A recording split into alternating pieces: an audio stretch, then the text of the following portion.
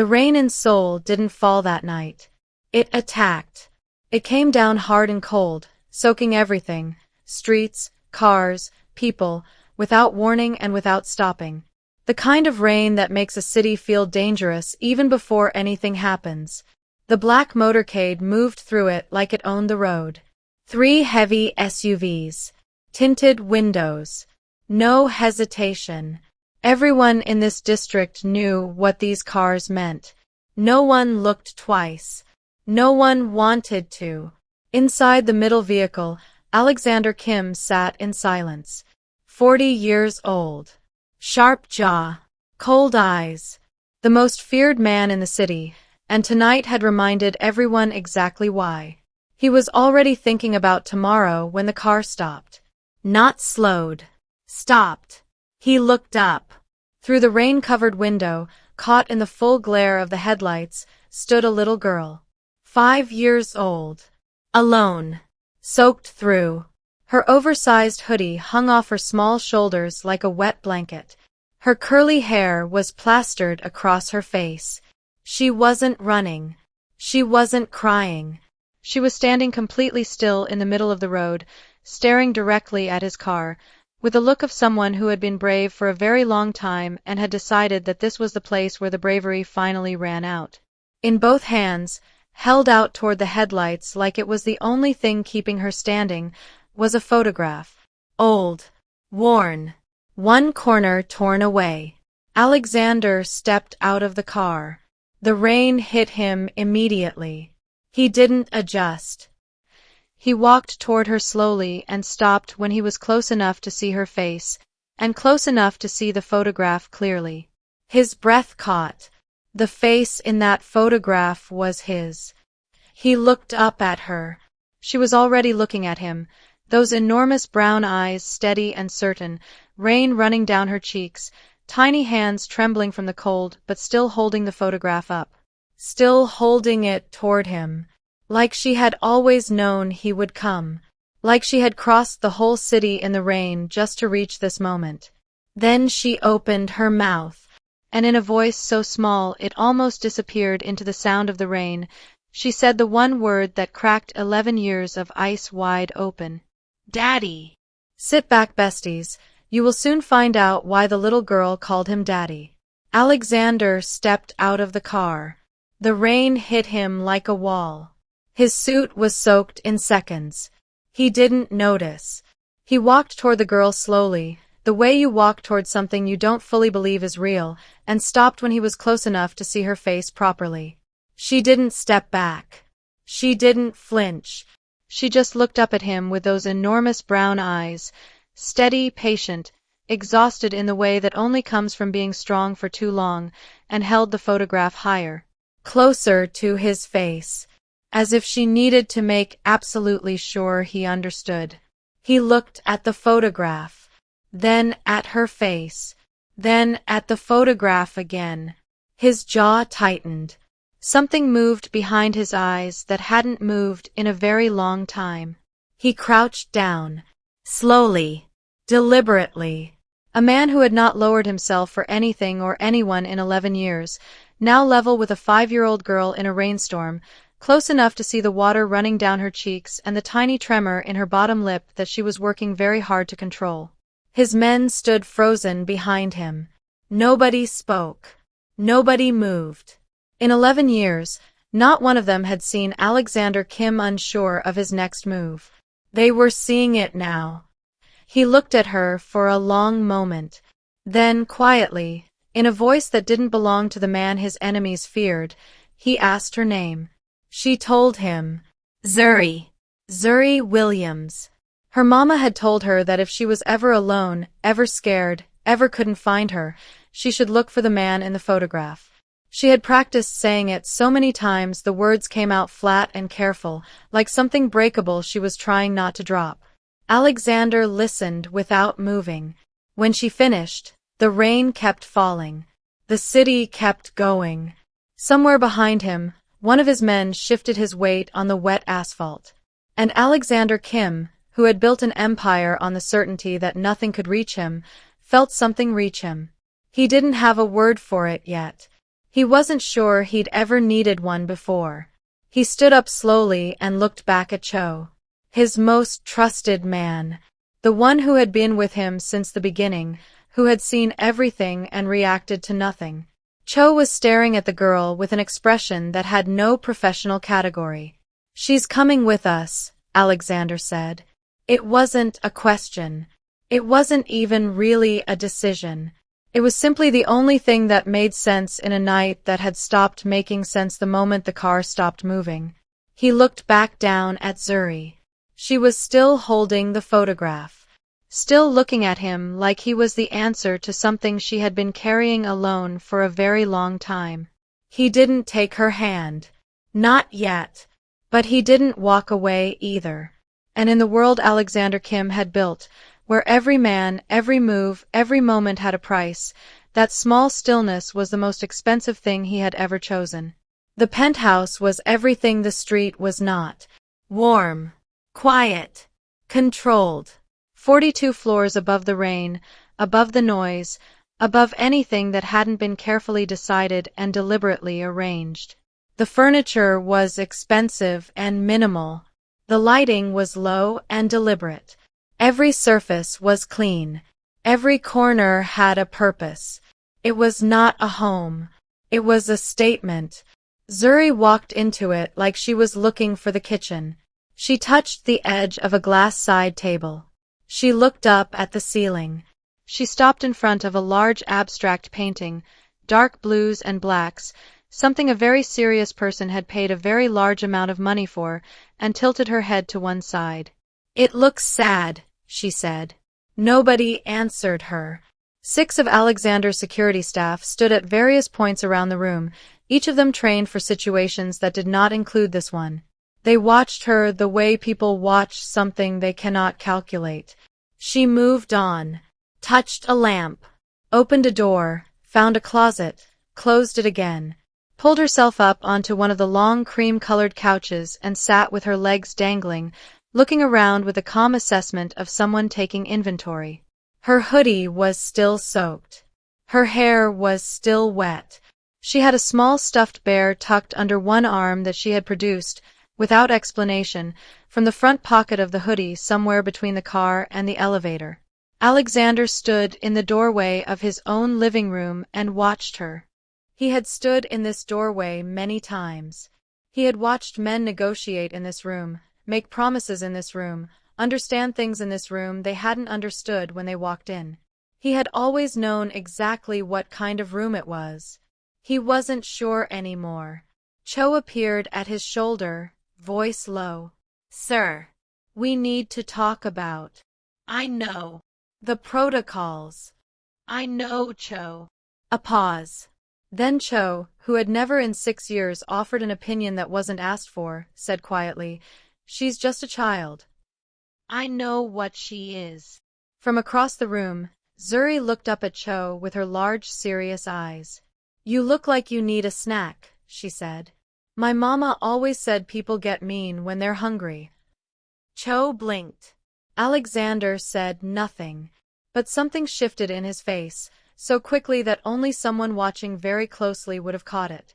Something that was not quite a smile but was the shadow of where one might have been, a long time ago. He crossed the room and crouched in front of her. "Are you hungry?" he asked. She nodded once. Then she looked at him with those steady, careful eyes and said, "Are you going to make me leave?" He held her gaze. "No," he said. She studied him for a moment, the way children study things when they're deciding whether to believe them. Then she gave a small, single nod, as if a decision had been made, and looked back around the room. "You have a lot of space," she said. "But it doesn't feel like anyone lives here." Alexander stood up slowly. She wasn't wrong. By midnight, Alexander knew 3 things. Her full name was Zuri Mae Williams. She was 5 years old and 7 months, and her mother, Maya Williams, had not been seen in 3 weeks. He sat at the long table in his private office, the one no one entered without being asked, with a single lamp on and a thin file in front of him that his people had pulled together in under 2 hours. It wasn't much. An address in a quiet district on the south side of Seoul. A work record, a small restaurant, steady hours, nothing remarkable. A neighbor who had noticed the door left open 3 weeks ago and reported it because of the child. Because of Zuri. He read that line twice. The neighbor had been worried about the child. He closed the file and looked at the wall for a while. Down the hall, behind a door he had personally checked 3 times since they arrived, Zuri was asleep. She had eaten noodles, plain, which was all she said she wanted, and she had brushed her teeth with a new toothbrush one of his staff had found, and she had climbed into the center of the guest bed like she had done it 1,000 times and fallen asleep within minutes, one hand wrapped around the stuffed bear. She had not cried once. Not in the car. Not in the elevator. Not at dinner. It was that, more than anything, that stayed with him. He got up from his chair and walked down the hall and sat on the floor outside her door. He didn't fully understand why. He was not a man who did things without understanding why. But he sat there anyway, back against the wall, the bare of the hallway pressing into his shoulder blades, and he looked at the closed door. The photograph was on the table in his office. Taken 11 years ago in a city he had lived in briefly, in a chapter of his life he had closed so thoroughly, he had almost convinced himself it hadn't happened. He was younger in it, lighter somehow, like a version of himself that hadn't yet decided what to become. He did not know yet if Zuri was his daughter. He had already ordered the DNA test. Results in 48 hours. Clean. Scientific. Certain. But sitting on the floor of his hallway at midnight, listening to the rain that was finally slowing outside, Alexander Kim understood something that the test results weren't going to change. Whatever the answer was, yes or no, confirmed or not, this child had walked through a rainstorm with his photograph and found him.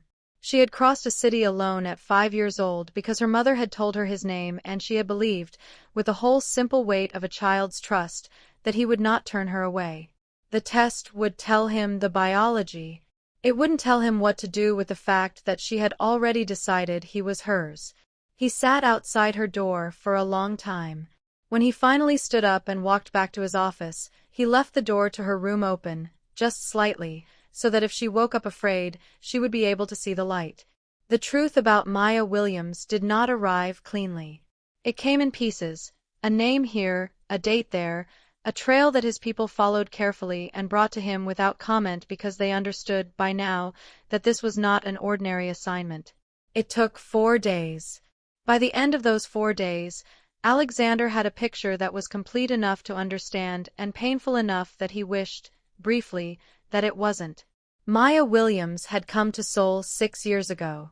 She had come with a toddler on her hip and a torn photograph in her bag and the belief, the quiet, stubborn, courageous belief, that the man in that photograph would want to know. That whatever they had been to each other, briefly, in a different city in a different time, he was not someone who would choose not to know. She had tried to reach him. Not once. 4 times. Through people she had found on the edges of his world, a driver, a contact, a man who said he knew someone who knew someone. Each time she had passed a message forward, and each time the message had stopped somewhere between her and him. Not lost. Stopped. His people had stopped it. Not out of malice. Out of the particular arrogance of men who have worked for powerful people long enough to believe they understand what that person needs to know. They had looked at Maya Williams, a young woman with a child and a photograph and a story that complicated things, and they had made a judgment. Not relevant. Not now. They had not told him. He read this part of the report 3 times. Then he set it down and looked at the window for a long time. 6 years. Zuri was 5. The math was simple and brutal. Maya had spent 5 years in Seoul building a life on the edges of a city that did not make it easy for her. She had worked. She had raised Zuri alone.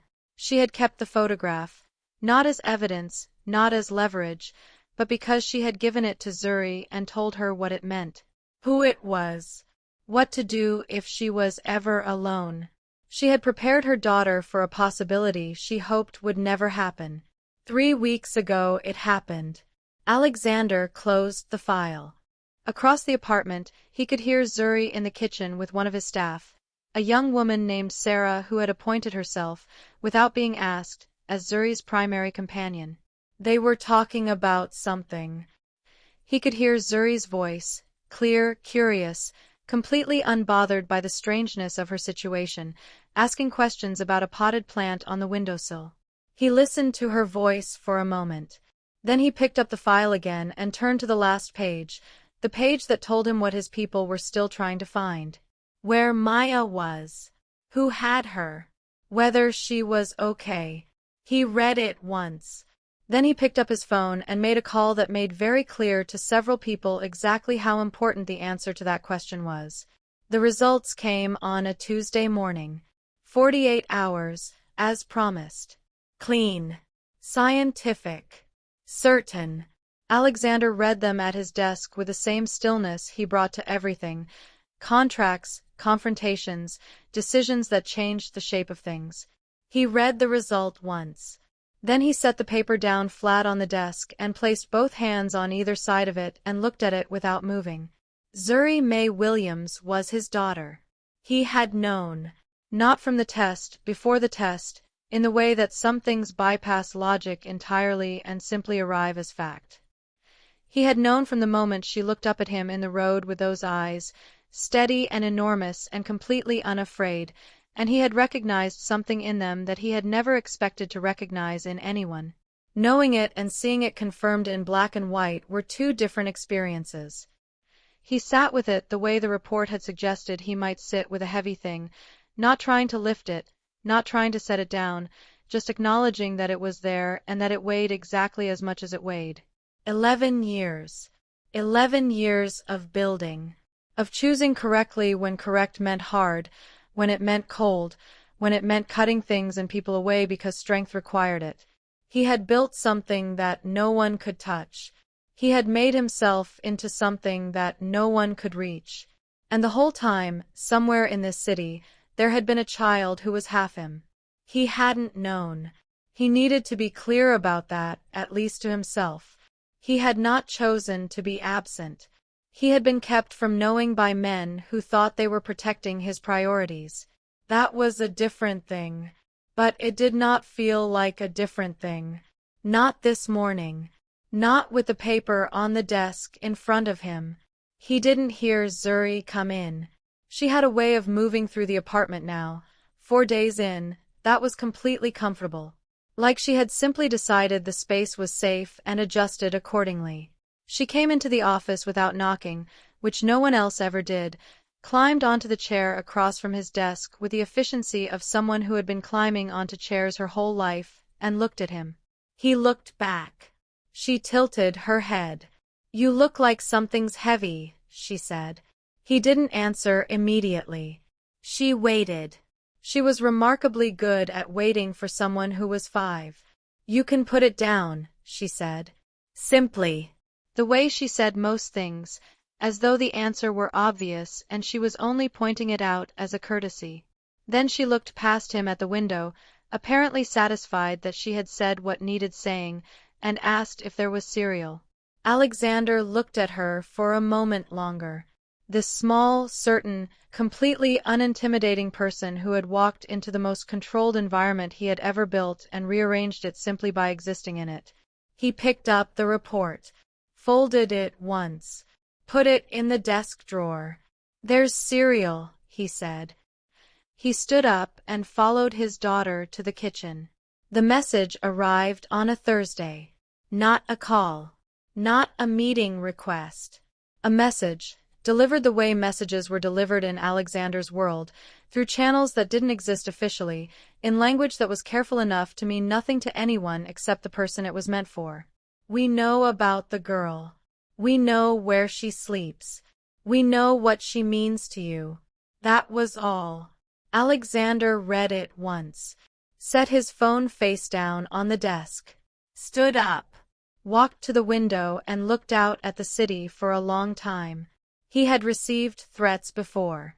Many of them. Over 11 years, threats had become a kind of background noise, information to be processed, assessed, responded to appropriately. He had never lost sleep over a threat. He had never felt, reading one, anything that resembled the thing he felt now. Fear. Not for himself. He hadn't been afraid for himself in a very long time. This was different, a cold, immediate, physical fear that sat in his chest like something with weight. The kind that arrives when you understand that the thing being threatened is not something you can replace. He turned from the window. In the kitchen, he could hear Zuri and Sarah. Zuri was explaining something, her voice carrying the particular authority of a 5-year-old who has an opinion and sees no reason to keep it to herself. Sarah was laughing. He listened to it for exactly 3 seconds. Then he picked up his phone and started making calls. What followed was the most focused 12 hours of Alexander Kim's professional life, and he had had many focused hours. Every resource, every favor accumulated over 11 years of careful and costly relationship building. Every debt that was owed to him, called in without apology or explanation. Not to protect territory, not to send a message to rivals. Not for any of the reasons he had ever mobilized this kind of force before. To build a wall around one small girl with a stuffed bear and her father's eyes. By the time Zuri woke up the next morning and padded into the kitchen for cereal, the building had 4 additional security layers she would never see and never know about. The route between the compound and the outside world had been restructured. 3 people who had known things they shouldn't have known had been made to understand the cost of that knowledge very clearly. Zuri ate her cereal. She told Sarah that the bear's name was officially Button, a decision she had reached overnight and announced with the finality of someone who has given the matter serious thought. Alexander sat across from her and drank his coffee. "You okay?" she asked him, looking up with those eyes that missed nothing. "Yes," he said. She studied him for a moment. "You look like you were up late." "I was working."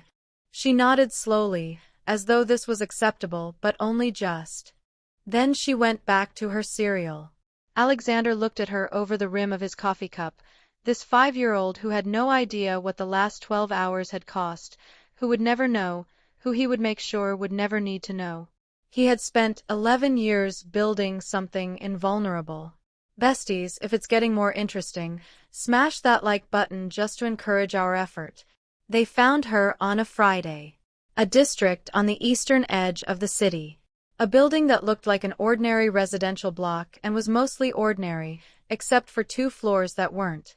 She was on the 7th floor, in a room that had a window but no view of anything useful, and she had been there for 3 weeks and 4 days. She was not hurt. That was the first thing Alexander confirmed. Not physically. She had been kept there the way people are kept when the goal is silence rather than punishment, fed, housed, isolated, made to understand through the particular pressure of absolute powerlessness that it was better to stay quiet. She had stayed quiet. Because of Zuri. She had stayed quiet every single day because she understood that the people holding her would use her daughter if she made things difficult. The only thing that kept her from breaking was one desperate belief, that Zuri was safe somewhere. That someone had found her. That the photograph had worked. Alexander was the one who opened the door. He had a team for this. He had people who did this kind of thing efficiently and without the complication of personal investment. But when the moment came, he found himself at the front of it, and nobody questioned that. Maya looked up when the door opened. She was thinner. There were shadows under her eyes that hadn't been there in the photographs his people had found. But her eyes were the same, clear, sharp, careful, and when she saw who was standing in the doorway, they registered something complicated. Something that was not quite relief and not quite anger and was probably both at once. He didn't try to explain. There was nothing to say that would make the past 11 years make sense, and he was not the kind of man who tried to make things sound better than they were. He said, "She came to find me. She found me." Maya looked at him for a long time. The kind of look that takes inventory of everything, What's been said, what hasn't been said, what a person's face does when they're telling the truth. Then she said, "Did she change anything?" He held her gaze. "Everything," he said. She studied him for one more moment. Then she stood up slowly, with the careful movements of someone who has been still for too long, and walked past him into the hallway without another word. He followed. Zuri was waiting in the car outside. Sarah had brought her, as instructed, and she was sitting in the back seat with Button tucked under her arm and her eyes fixed on the building entrance with the focused patience of someone who has learned that waiting is sometimes the only thing you can do. When the door opened and Maya stepped out into the night air, Zuri saw her before anyone else moved. She didn't speak. She didn't call out. She simply launched herself across the seat, out of the car, and across the pavement, a 5-year-old moving with the full force of 3 weeks of missing someone, and crashed into her mother's arms so hard that Maya staggered back a step. Maya caught her. Both arms. Completely. She pressed her face into Zuri's wet curls and held on with a particular grip of someone who had spent 25 days imagining this exact moment and was now making absolutely sure it was real. Neither of them said anything. They didn't need to. Alexander stood on the pavement a few feet away and watched. His hands were at his sides. His face was completely still. But something moved behind his eyes that had no professional category and no name he was ready to give it yet. He looked away after a moment, not because it was too much, but because some things deserve privacy even from the people who made them possible. He walked back to the car and waited. He could wait. It did not happen all at once. That was the thing about dismantling something you spent 11 years building. It didn't come down in a single moment. It came down in decisions, one at a time, each one small enough to seem manageable, large enough to leave a mark. Alexander began in the first week after Maya came home. Not with the largest things. With the ones that generated the most danger, the operations that lived closest to the surface of the world, the ones that required the most maintenance, the ones that kept him most visible to the kind of people who sent messages on Thursdays. He began pulling back from them with the quiet efficiency of a man who has made a decision and does not require a discussion about it. His people noticed. Of course they did. You don't work for someone for years without developing an understanding of the way they operate, and this was a different way. Quieter, more deliberate, pointed in a direction that nobody had expected. One conversation cost him a relationship with a man named Park, who had been his closest professional ally for 15 years and who did not understand and said so plainly and received, in return, the clearest explanation Alexander had given anyone. "I found something worth more," Alexander said. Park looked at him for a long moment. Then he picked up his coat and left. Alexander watched him go and felt the loss of it, genuinely, which surprised him slightly. Then he turned back to his desk and kept working. The money changed too. Not disappeared, restructured. Moved into things that had longer timelines and quieter profiles. Things that a person could build a normal life around without it costing someone else their safety. It was not clean and it was not fast. Some days it felt like trying to redirect a river with your hands. But rivers, given enough time and enough steady pressure, do redirect. Zuri helped without knowing she was helping. She did it by existing, by being present every morning at the kitchen table with her cereal and her opinions and her questions that had no regard for what was appropriate or what was convenient. She did it by correcting him when he read to her and laughing at things that were actually funny and telling him, with complete seriousness, that Button the Bear did not like loud voices. He kept his voice down. He had ever kept his voice down for anyone. He kept working. Week by week, the structure of his world changed shape, less sharp at the edges, less exposed, less built on things that couldn't survive being looked at in daylight. It was not finished. It would not be finished quickly, but it was moving. And every morning, Zuri was at the table. And every morning, that was enough reason to keep going. 1 year after the rain. Not the compound now, a home. A real one. A quiet residential street chosen because it had a good school 4 minutes away, a park at the end of the block, and neighbors who minded their own business. The apartment was large enough to be comfortable and small enough to feel lived in. There were drawings on the refrigerator. There was a plant on the windowsill, the same kind Zuri had asked about in the compound, which she had named Gerald and taken complete responsibility for. Gerald was doing well. Maya had her own space, not romantically, that was not what this was, and both of them were clear about that, but present and steady. The person who had always told Alexander the truth and continued to do so. She was okay. More than okay, most days. Zuri was 5 turning 6. She wanted to be a marine biologist, a bus driver, and a chef, not in any particular order, possibly all 3 at once. She had a best friend at school named Danny, discussing with the gravity of someone managing an important alliance. She had added 2 more stuffed animals to Button's family and held a formal naming ceremony which Alexander had attended without complaint. On a Thursday evening she brought him a picture book. Not asked. Not requested. Simply brought it, climbed into his lap, and held it out in the clear expectation that he would read it. He had been in the middle of something. He closed the laptop without hesitation. He was not good at this. His voice did not naturally sound soft. He got the character voices wrong every time, and she corrected him every time, without mercy, without apology, which he had come to understand was its own form of love. When he read too fast, she put her small hand flat on the page. He slowed down. He read all the way to the end. She asked him to read it again. He did. Somewhere in the second reading she fell asleep, her head against his arm, one hand still loosely holding the edge of the book. Her breathing slowed. The apartment went quiet. He didn't move. Outside, Seoul continued. Lights, traffic, the sound of a city that never fully stops. Indifferent to the specific warmth of this room. Indifferent to the man in the reading chair with his daughter asleep against his arm. 1 year ago he had crouched in a rainstorm and seen his own face in a torn photograph held by 2 tiny trembling hands. 1 year ago one word had cracked 11 years of ice wide open.